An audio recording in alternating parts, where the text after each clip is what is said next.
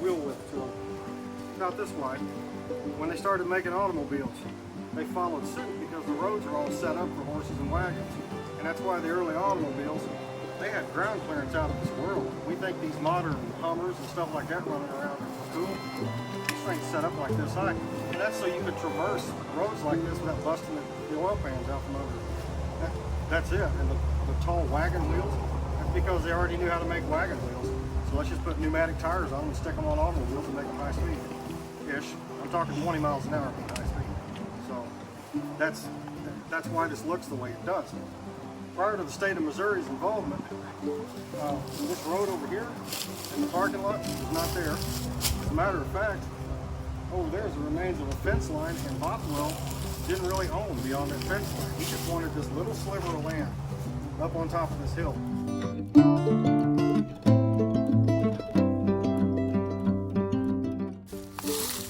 How in the world do you think something like this was built back then?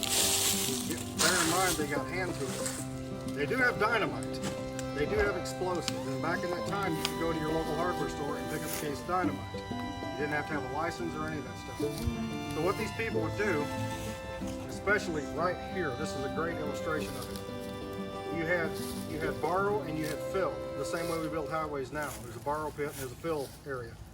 So they would borrow from the uphill side and fill the downhill side, with the exception being they would make these retaining walls. Here's the remains of one right here where the water is actually pouring over.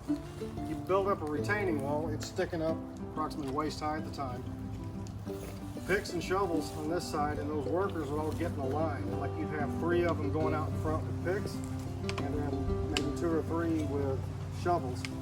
And the guys with the picks would go first, swing, hit, they'd stick the thing in the ground, pry up, move down 1 step, hit it, pry up, move down 1 step. And they just do this and do this and do this, like a single pass type of thing. The guys with the shovels or rakes or whatever being behind them, digging, just pulling, dig, pull. You wouldn't even look up. This was just, that's what you did. They would do this, and they'd go over this however many times it took to get the driving lane level, where you've got uphill, downhill, and then a level step to operate the car on. If they got into rock, we'll see some evidence of this is going down. Like right here. If you're with a pick, this would be terrible to try to pick through this. Even though it's soft limestone, it's very grainy. Better idea, here's the remnants of one right here. They take a drill, steel shaft about this long, with a hardened end on it. One guy would hold it, turn his face away. Another guy would take a sledgehammer, beat it into there. And the guy holding it would turn it every time he hit it. You'd plunge down, about this deep. And they do a whole row of these things, just like dotted lines going across it. You'd sink charges of explosives down in this, get back, push the plunger down, and it would blow it that way when you would do it. They did this all down through this thing. So as we walk this, imagine doing this by hand while we're going down through this. I can't imagine the scale. Just today, there's myself, a full-time maintenance worker, Herd, and an assistant manager, basically. The 4 of us just to maintain what's already here. And that's a full-time job on all of us here, more than full-time at times. I couldn't imagine building this using hand tools. Probably not that good.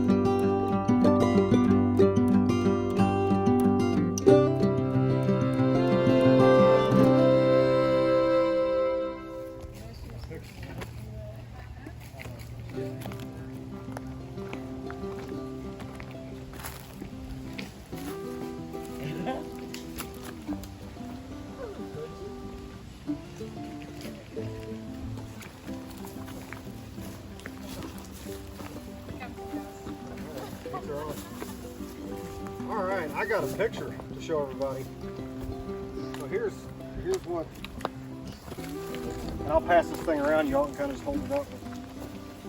So we do have some photographs of here. Thank goodness some people took outdoor photographs while some of this is going on. So what we're looking at, off in there and over here, was part of a rock quarry where they would get the stones to build a lodge. And back in them days, as well as now, when they would blast, it would blast out these large, rectangular looking chunks. And the stonemasons would have to dress these chunks into something that could be managed, something that could be lifted by hand and loaded into a wagon.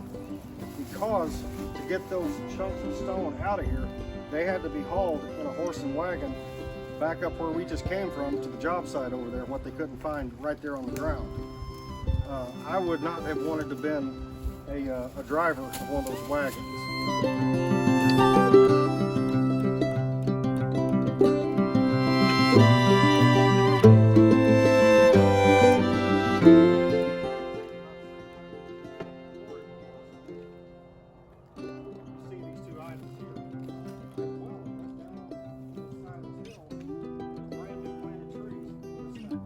One of the things Bothwell did, again, going back to what I stated earlier, he planted trees out here to reforest the land because it had been logged off at that time. Oak and walnut was very prevalent up here, and well, walnut lumber is worth a lot, and it was back then too. They made gun stocks out of it. Was a large part of that.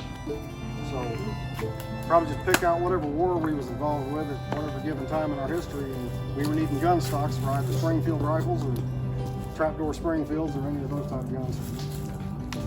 9 times out of 10 it was walnut.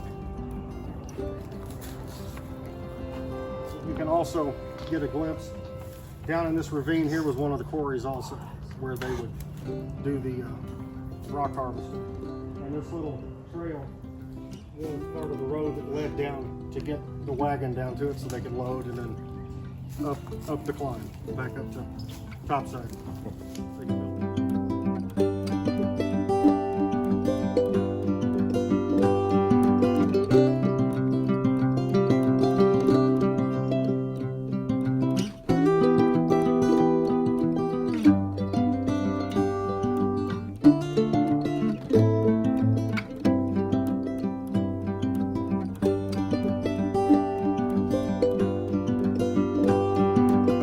He called it his gypsy camp, Bothwell did. And I personally think, based on reading his memoirs, this would have been built first out here, honestly. Because he said when he first got here to the property, he built a small structure to have dinners on the ground out in the woods.